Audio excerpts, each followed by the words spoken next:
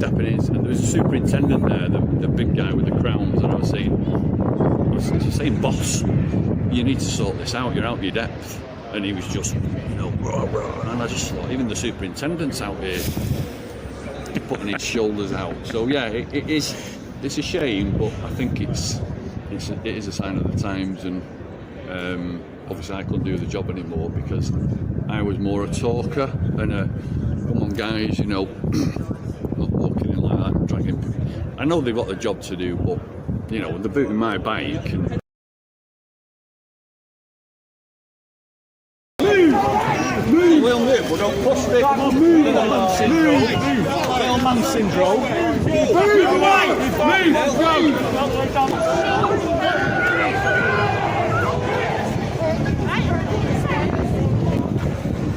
Put everything else aside. Right, what's done is done. You just need to make sure now that you wet your feet and that you're well. Alright? Is there anything that we need to do? Take medication for anything? What we're going to do, we are going to try and get you up as soon as we can do, alright? So we're going to do you a quick pat down to make sure you've got nothing in your pockets, or also to make sure you've got any identity bracelets or any kind of medical bracelets on you, alright? So when the officers do that, that's what we're looking for. We're looking for anything that you might have to yourself, or anything regarding your welfare, alright? So when the officers do that, when you say anything, so we're going to give you a quick pat down, alright? Then we're going to get you stood up, we're going to get you to the back of the bus.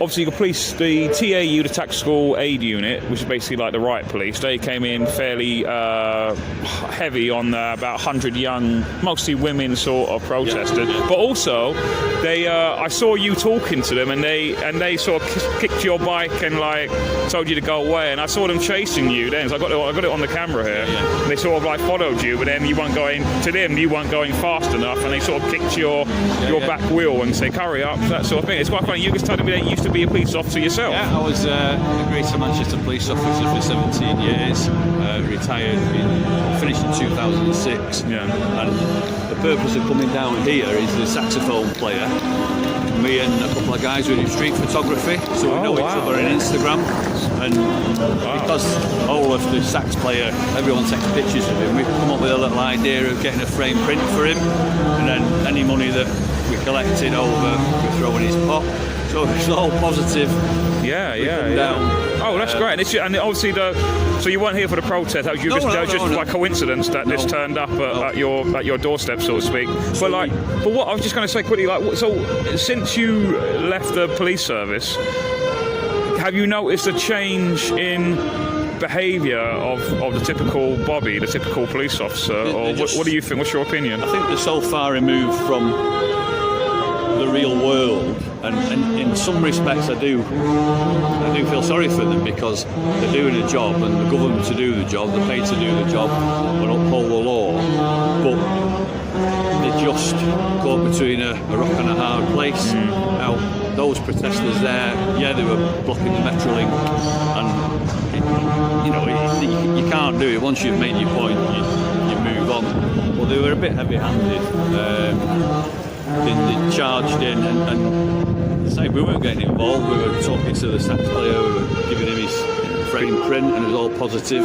Because you said, I think I heard you say your objection to sort of a couple of them, and you say, hang on a minute, that's a bit too much or whatever. You train as a Bobby in restraining people, handcuffing people, and doing it the right way to minimise injury to them and to keep the decency. But you've got two cops on a top half, two on a bottom half. They're pulling both ways. The pants come down, and knickers were coming down, and people were objecting to it. The cops were panicking because they were out of the depth. Then they started twisting her one way, that way, and that way, and they were going to injure her. And I said, look, guys, I said, She's a human being, not an animal.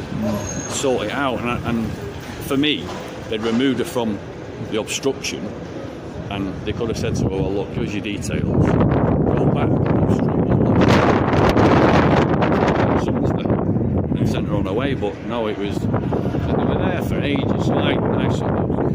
Could you, if you, obviously you've got the Coronavirus Act, you've got the covert human intelligence sort of bill, and now you've got this sort of new police and protest bill. I mean, if you were still a copper today, would you be able to enforce? I mean, like you say, they are caught in a rock and a hard place, because they're damned if they do and they're damned if they don't. Do you know what I mean? But I honestly think, because I used to be, I've done every service job apart from a police officer, so I've been a firefighter previously and the other service-related jobs. And I honestly could never be a police officer nowadays, because I couldn't do it now. No. I mean, the difficulty now is you still have it in your blood. So if I see something wrong and not right, you try and ring the cops, you don't get through, no one picks the phone up, and you're a pain in the backside to them, and they cease to be that public service. So you've got somebody who will, step in and get involved, and I'm like, I can't do it, because them guys aren't going to help me. They just see me as almost like the enemy. I mean, as I say, if the guy knew I was an ex-cop there, I was looking for to get his collar number, really. I was going to go and have a word with him, and I thought, well, if I go over, I'll get punched. Potentially. There's a lot of pushing and shoving. And he's saying, I'm going to lock you up, and I'm saying, well, I've done nothing. Lock me up. Because I thought, well, take me in, and then we'll not have fun, but it'll be, well, hang on a minute, I've got it on video, and I wasn't doing anything, and I was looking after a fellow member of the public that you were potentially going to injure. A bit too rougher. They were out of the depth then. And it's a shame. Well, I'll tell you something. I've been around. I got quite a few cities. I mean, yesterday I was in Bristol, for example. And London the previous day. And it's like, I noticed that it seems to be. This isn't just that they're out of their depth. I see that same behaviour all around the country now, and I'm thinking they're all taught at the police college of policing, and I'm just thinking, is it basically at the root cause? Is it at the standards have dropped? I mean, they're joining the cops, and they've got all these like American suits on, and when I joined, I sound like we had a little bit, but you were pulling your boots, and it was about being a Bobby presentation. And these are, the thugs, they were thugs then. I do notice that there's definitely a drop in appearance and standards, like the sort of suit jackets, because I think a policeman meant to be just simply you, but in uniform, like civilians in uniform. So they used to mimic, or at least try to mimic, what the average worker, like suit and tie, and then obviously, but you need to distinguish them, so obviously they have a different kind of hat, that kind of thing. You need to notice the difference. But now it seems to be very scruffy kind of looking, very paramilitary kind of. And it's like they're not very approachable. I've noticed. Like it's before. I always say you're not really getting Dixon or Docker anymore. You're getting Judge Dredd. It's that sort. The thing is, I'd gone back looking for the guy's collar number, and then they're all four together. Were just taking a piss out of me, like proper taking the mick, like I was some dick. And I just thought, and I just came away then, and well. Do you think I sense, yesterday it sort of kicked off in Bristol. I've heard it's kicked off in Nottingham today, in Bradford, a tiny little bit today, not like a massive, sort of more of a spark than a fire. Stuff in London recently. Do you think that there is going to be some kind of social... Absolutely. How can I say this? People have just had enough, basically. And people are waking up. I was in the Oldham riots. We're going back, and that was almost like the start of. I describe it as the Arab Spring, when the guy set fire to himself in Tunisia, and then it went on and on. This is the start of it, where I'm no revolutionary, I just nor am I, but I can't help but notice that there's definitely some very mass frustration, to lack of a better word, definite anger, if even I would say, of and I think if it's all going to come to it's like a powder keg almost, and it's going to come to a explosion. I think this summer. I honestly do think this summer.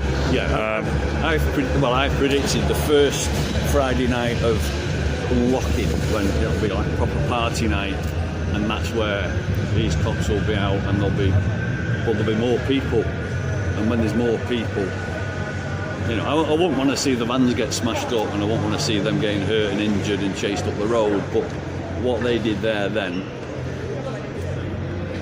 wouldn't be justified, but the people, the human beings, and the cops are human beings, and the person they were dragging around there and doing that with is also a human being, and there was a really unusual interaction, an unusual energy, and I wouldn't get involved, but I was stepping in, and there was a superintendent there, the big guy with the crowns, and I was saying, boss, you need to sort this out, you're out of your depth.